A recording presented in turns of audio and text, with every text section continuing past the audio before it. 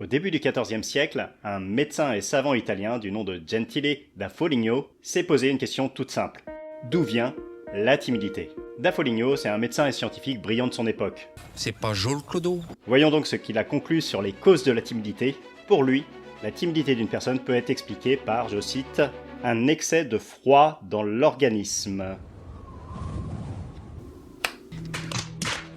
Bon, sa conclusion prête à sourire de nos jours, mais finalement on n'a pas tant avancé que ça dans notre compréhension des mécanismes de la timidité, un sujet qui malheureusement ne passionne pas tant que ça les scientifiques. C'est un phénomène qui reste assez complexe et imprévisible, mais on en sait quand même beaucoup plus qu'à l'époque. Déjà, on a un gros avantage sur l'ami Gentile, c'est que maintenant on a la connaissance de l'outil de la génétique. Dans son documentaire The Science Behind Why Some of Us Are Shy sur la BBC, Sarah Keating a analysé des études faites sur des vrais jumeaux pour déterminer s'il y a des gènes responsables de la timidité. Et le résultat est assez surprenant. Talia Haley, qui est professeure et généticienne, dit « Il n'y aura pas 1, 10 ou même une centaine de gènes impliqués, il y aura des milliers de gènes. » Mais est-ce qu'on peut dire pour autant que la timidité est une sorte de maladie génétique? Alors ça serait hyper pratique, mais on va voir que c'est beaucoup plus subtil que ça. Parce que, toujours selon Haley, il n'y a que 30% de notre timidité qui est imputable à la génétique. Le reste venant principalement de notre environnement.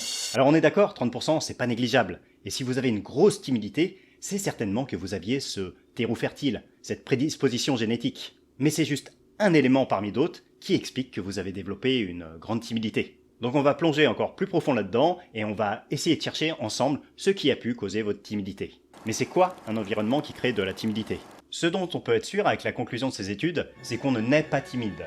On le devient. Mais le gros bémol à mettre là-dessus, c'est que parfois, notre expérience contredit ces données. J'ai toujours été extrêmement timide, aussi loin que mes souvenirs remontent, parce que ça peut se jouer dans la toute petite enfance, avant même qu'on ne prononce notre premier mot. Ça a été mon cas par exemple, et dans ces cas-là, c'est quasiment comme si on était né timide. Donc quels sont les facteurs environnementaux qui nous influencent tellement qu'ils peuvent nous rendre timides, même dans la petite enfance? Alors d'abord et principalement, on a l'environnement familial.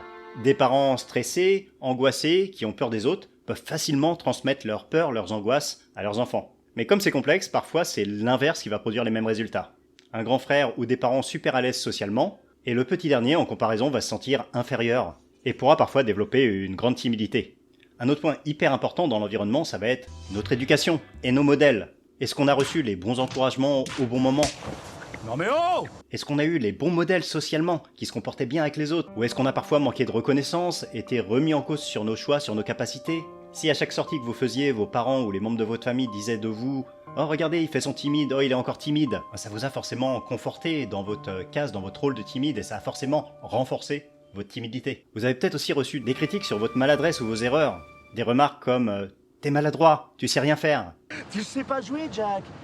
T'es mauvais. Ça a pu aussi renforcer votre timidité. L'école joue aussi un énorme rôle dans la formation et la consolidation de la timidité. C'est un environnement qui est angoissant socialement. Il y a le regard des autres en permanence, il y a la peur d'être jugé, d'être rejeté par le groupe, la peur d'être interrogé, de devoir parler en public. Pour certains, ça posera pas de problème, mais pour d'autres, ça va créer une sorte d'angoisse permanente. Et c'est vraiment pas anodin, parce que l'école, ça va être le lieu où on a l'énorme majorité de nos rapports sociaux entre nos 3 ans et nos 17 ou 20, 22, 23 ans. Il suffit parfois d'être tombé sur un ou des camarades de classe qui nous humilient, sur un professeur sans empathie qui nous rabaisse devant toute la classe, coucou madame Grou en CE2, de quelqu'un qui s'est moqué de nous pendant un exposé parce qu'on rougissait ou qu'on avait des symptômes de timidité, ou parfois même d'une remarque assez anodine mais à un moment où on est fragile, pour nous renforcer dans cette image de timide et nous enfoncer encore plus dans la timidité.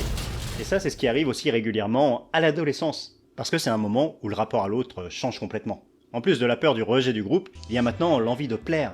Et beaucoup de complexes et de peurs sociales se développent à ce moment-là. On peut se sentir différent, moche, stupide, alors qu'on aimerait faire partie du groupe des gens cool. Et ça pousse les personnes qui en sont victimes derrière à encore moins communiquer avec les autres. Et au fil des années, ça crée un fossé au niveau des compétences sociales entre les personnes qui savent le faire et les personnes timides. Une autre cause de la timidité, ça va être l'incompréhension de certains codes sociaux.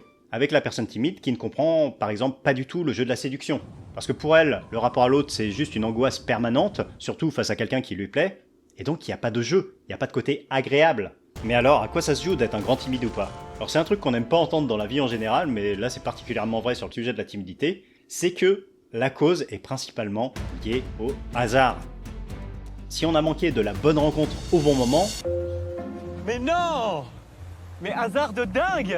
Un début de timidité a pu énormément s'aggraver. Si on avait été dans la 6ème B plutôt que dans la 6ème C, où il y a eu des gens qui ont été méchants avec nous, peut-être qu'on aurait pris confiance et qu'on n'aurait pas été aussi timide. Ça se joue parfois à pas grand-chose. Donc oui, la chance fait partie de la vie, et on n'a pas choisi de toute façon là où on a grandi. Il y a un truc qu'on s'est pas posé comme question qui est pourtant plus importante que ça. Parce que cette question qu'on s'est peut-être posée un millier de fois dans notre vie, pourquoi je suis timide, pourquoi moi, pourquoi je suis différent des autres, en réalité, on s'en fout un peu. Personnellement, c'est pas du tout le fait de savoir d'où venait ma timidité qui m'a aidé à la vaincre. D'ailleurs, je l'ai compris plus tard, après avoir vaincu ma timidité. Et à part vous apporter un léger soulagement en comprenant d'où ça vient, ça va pas vous aider non plus. Non, ce qui va vous aider, c'est de faire une petite action quotidienne courageuse, juste à la limite de l'inconfort, là où ça pique un peu, pour vous prouver que vous en êtes capable, que vous pouvez agir, malgré la gêne ressentie. Ça vous permettra d'étendre votre zone de confort et de voir que des choses qui vous paraissaient impossibles avant deviennent maintenant envisageables. Et avec le temps, elles pourront devenir normales, voire agréables. Donc la vraie question importante, celle qui va vraiment vous aider contre la timidité, c'est pas pourquoi je suis timide, mais c'est qu'est-ce que je pourrais faire comme petite action courageuse aujourd'hui pour faire diminuer ma timidité d'un petit %. C'est là-dessus que vous devriez consacrer votre énergie, pas à repenser à votre passé, à votre manque de chance, aux humiliations subies. Alors oui, tout ça c'est vrai, c'est ultra injuste d'être timide, vous avez raison de trouver ça injuste. C'est un très gros fardeau à porter, je suis 100% d'accord avec vous. Pourquoi les autres y arrivent et pas moi? Pourquoi c'est simple pour tout le monde, pas pour moi? Pourquoi les autres ont une copine, pas moi? Je me suis posé ces questions des milliers de fois au cours des années. J'étais un mec bien, j'étais le seul qui arrivait pas à trouver de copine, ça m'obsédait, je comprenais pas, je trouvais ça injuste. Mais tant que je me suis demandé pourquoi, j'ai pas pu trouver de solution efficace. C'est quand je me suis demandé comment améliorer les choses, et quand j'ai arrêté en quelque sorte de me lamenter sur mon sort, que j'ai pu enfin commencer à engendrer des progrès. Imaginez que la sortie de la timidité, c'est un peu comme une suite d'énigmes à résoudre. Chaque énigme correspond à un de vos blocages sociaux, et votre but, ça va être de trouver une solution à chaque casse-tête. De tester, de vous planter, de tester une autre solution, jusqu'à ce que la solution devienne évidente et facile. Puis de juste passer au problème suivant, sans vous demander pourquoi il y a autant de problèmes et pourquoi les autres en ont moins. C'est comme ça et uniquement comme ça que vous pourrez avancer, et déjouer tous les pièges de la timidité les uns après les autres. Vous pouvez faire ça seul avec beaucoup de patience, défaire un par un les pièges de la timidité, et vous y arriverez sûrement tôt ou tard. Parce qu'à long terme, il n'y a aucune chance que votre timidité y survive vraiment. Si vous êtes régulier dans vos efforts, ça finira par payer. Vous pouvez aussi vous faire accompagner par quelqu'un qui a déjà réfléchi à ces casse-têtes, qui a déjà réussi à les résoudre, ça vous fera gagner du temps et de l'énergie. Comme ça, vous n'avez pas à tester toutes les mauvaises pistes. Mais dans les deux cas, la clé c'est la régularité et d'agir jusqu'à temps que votre timidité ne soit plus un problème. Parce que n'oubliez pas que même si vous aviez la pire génétique du monde en termes de timidité, ça ne représenterait que 30% de la timidité globale. Donc il vous reste le contrôle sur les 70% restants. Ce n'est pas l'un ou l'autre, ce sont les deux, gènes et environnement, et ils travaillent ensemble. C'est un système dynamique. Et grâce à ça, vous pouvez toujours changer à travers des thérapies qui peuvent vous apprendre des techniques pour y faire face. Vous avez donc le pouvoir de transformer votre vie. Sinon, si vous n'avez pas envie d'agir, vous pouvez toujours écouter le conseil de Gentile da Foligno de retirer le froid que vous aviez dans le corps. Ouh là là, je suis déjà moins timide. Pour celles et ceux d'entre vous qui sont motivés d'agir et qui ont envie de combattre leur timidité, regardez cette vidéo qui vous expliquera comment surmonter le blocage pour commencer à combattre.